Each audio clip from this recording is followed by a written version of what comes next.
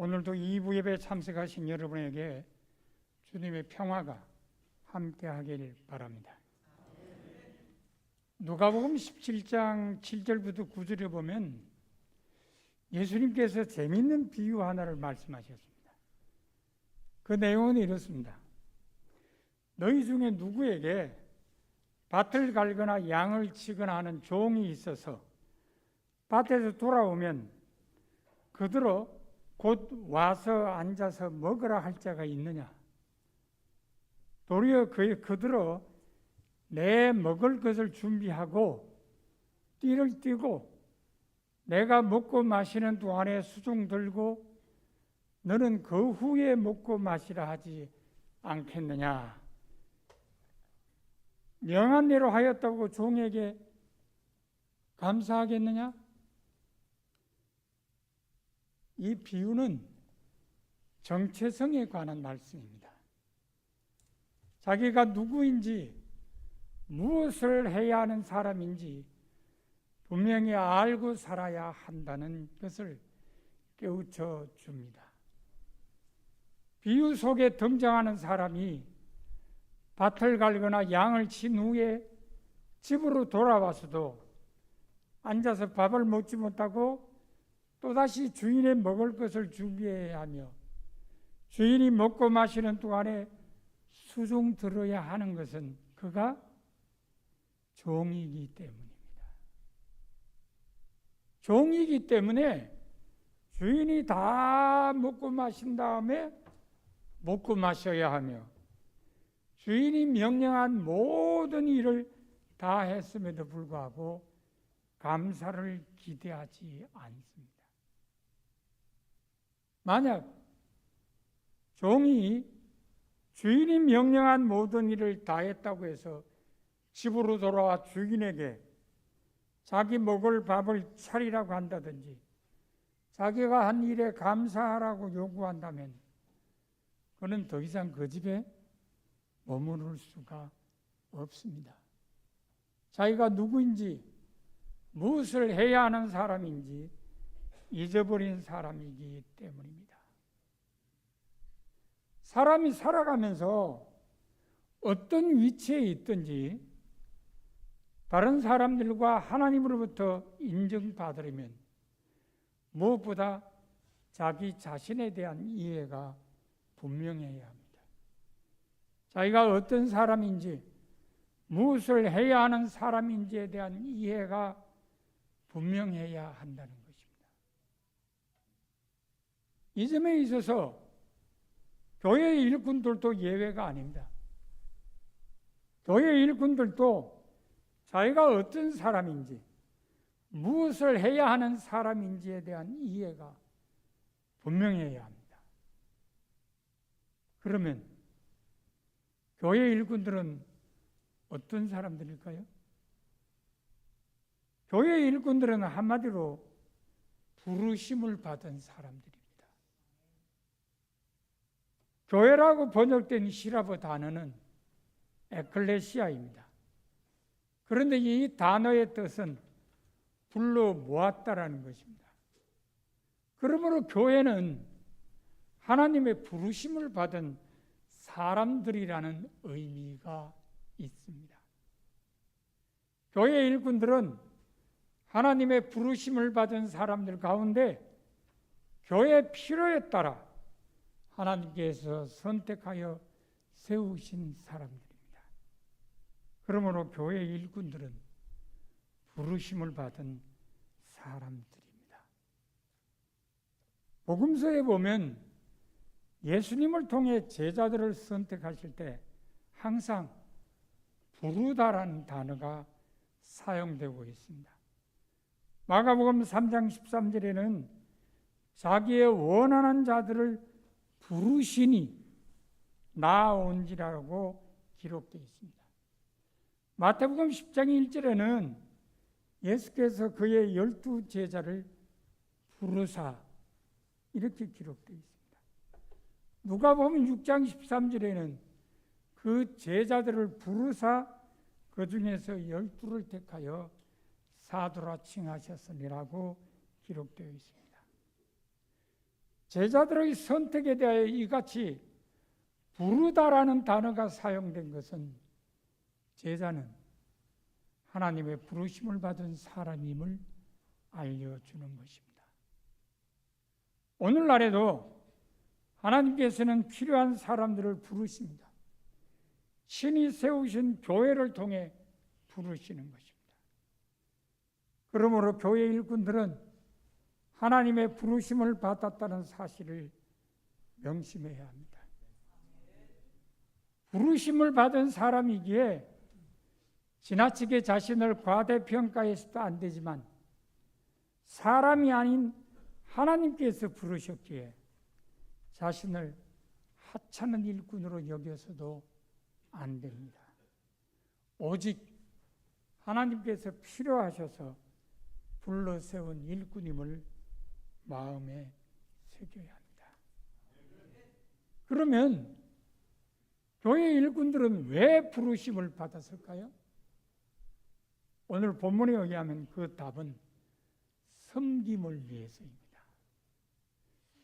오늘 본문을 표준 세번역에는 이렇게 번역했어요.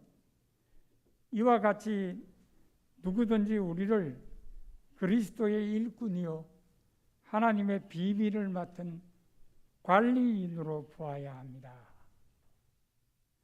관리인이라는 단어가 눈에 띄죠? 관리인은 지배하는 사람이나 다스리는 사람이 아닙니다. 오히려 섬기며 일하는 사람입니다. 그러므로 이 일꾼은 관리인으로 섬기며 일해야 합니다. 그런데 사람들 가운데는 일꾼으로 선택되었다는 것을 특별한 지위나 권리를 갖게 되는 것으로 오해하기도 합니다. 예수님의 12 제자들도 그런 사람들이었습니다. 마가복음 10장에 보면 예수님과 제자들이 함께 예루살렘으로 올라가는 도중에 세베대의 아들인 야고보와 요한이 예수님께 특별한 요청을 한 일이 기록되어 있습니다. 야고보와 요한은 제자 중에 사도로 선택받은 사람입니다.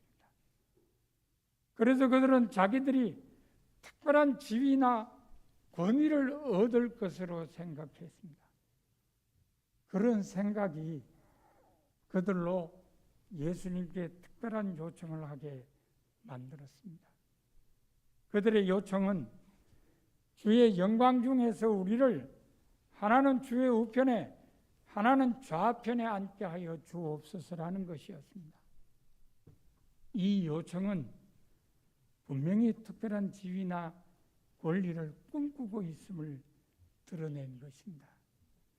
문제는 이런 기대가 야고보와 요한 두 사람에게만 있었던 것이 아니라는 것입니다. 나머지 10명의 사도도 같은 기대를 하고 있었다는 것이 문제입니다.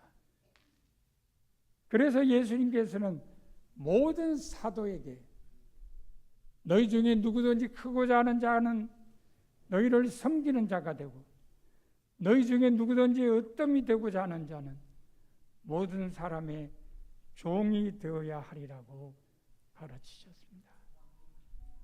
그렇습니다. 교회의 일꾼이 된다는 것은 특별한 지위나 권리를 갖도록 하기 위해서가 아니라 섬기도록 하기 위해서입니다. 그래서 베드로전서 5장 3절에 보면 사도 베드로는 장로들에게 권면하기를 주장하는 자세로 하지 말고 양무리의 본이 되라고 했습니다.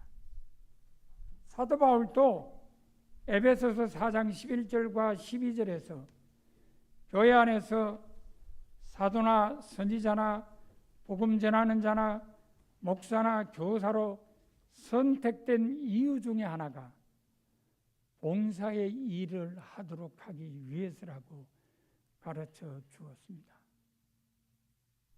그러므로 교회 일꾼들은 섬김을 위해 부르심을 받았다는 사실을 마음에 새겨야 합니다. 그러면 교회 일꾼들은 어떤 자세로 섬겨야 할까요? 본문에 의하면 그 답은 충성입니다. 본문 2절에 보면 바울은 말하기를 맡은 자들에게 구할 것은 충성이니라고 했습니다. 일꾼이 가져야 할 자세가 충성이라는 것입니다. 충성의 충자를 한자로 분석해 보면 가운데 중자 밑에 마음 심자를 썼습니다. 중심이라는 의미입니다. 거짓이 없다는 것, 어름어름해서 넘기는 것이 아니라 마음과 뜻과 정성을 다해서 한다는 것입니다. 교회 일꾼들은 충성이라는 말이 의미하는 대로 몸과 마음과 뜻과 정성을 다하여 섬겨야 합니다. 그래야 주님으로부터 면류관을 상으로 받을 수 있습니다. 요한계시록 2장 10절에 보면 서문화 교회에 보낸 편지 중에 네가 죽도록 충성하라. 그리하면 내가 생명의 면류관을 네게 주리라는 약속의 말씀이 기록되어 있기 때문입니다. 주님께서 맡겨주신 일을 감당하기 위해 몸과 마음과 뜻과 정성과 힘을 다한다면 착하고 충성된 종이라는 칭찬과 더불어 생명의 면류관을 받게 될 것입니다. 이처럼 교회 일꾼들은 하나님의 부르심을 의식하고 충성으로 섬겨야 합니다. 그것이 바람직한 교회 일꾼의 모습입니다.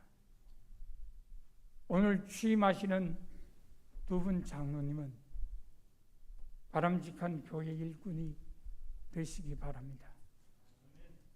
교우 여러분은 이 두 분 장로님이 바람직한 교회 일꾼이 되도록 기도해 주시기 바랍니다.